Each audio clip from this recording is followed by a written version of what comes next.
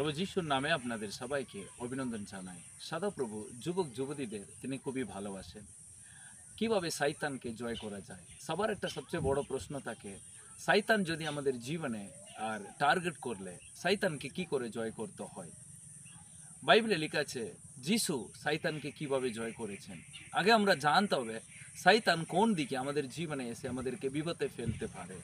সেটা যিশুর জীবনটা দেখলে আমরা বুঝতে পারি কোন দিকে যিশুকে শয়তান অ্যাটাক করতে চাইছিল।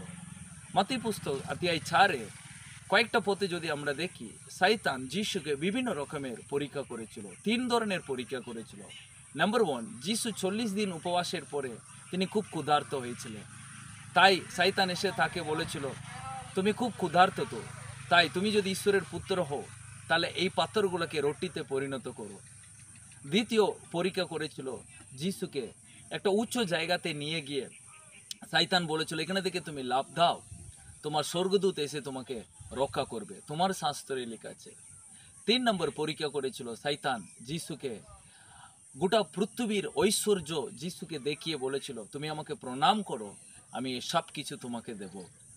যিশুকে শয়তান 3 প্রকার পরীক্ষা করেছিল।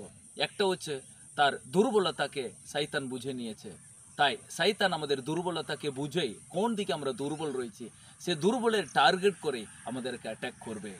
সো আপনার দুর্বলতা রাগ হতে পারে, ও রাগটাকে ও কাজে লাগিয়ে আপনার জীবনটাকে বিনাশ করবে। দ্বিতীয়, শয়তান আপনার জীবনটাকে এসে আপনাকে টার্গেট করবে, আপনি যদি ভালো ঈশ্বরের সন্তান হও, ঈশ্বরের বাক্য কতটা সত্যি ও প্রমাণ করতে বলবে। 3 নম্বর পরীক্ষা এইভাবে ও করবে যে আপনাকে এই জগতের সব ঐশ্বর্য দেখাবে, বলবে এই জগতে তুমি এই টাকা রোজগার করো, এটাই তোমার জীবনে দরকার, তুমি আমার কাছে এসো, আমি তোমাকে এই সবই দেবো। তুমি 2 নম্বরের রাস্তায় যাও, তুমি এরকম ব্যবসা করো, তোমার লাইফ অনেক উন্নতি হবে। এরকম এই জগতের ধন সম্পত্তি লোভ দেখিয়ে আপনাকে বিপদে ফেলবে। কি করে এটাকে জয় করা যায়? যিশু যেভাবে জয় করেছে। যিশু শয়তানকে প্রত্যেকটা পরীক্ষাতেও ঈশ্বরের বাক্য উত্তর দিয়েছেন। কি বাক্য উত্তর দিয়েছেন? একটা পথ, মত্তী পুস্তক অধ্যায় 4-এর 4 পথ। শয়তানকে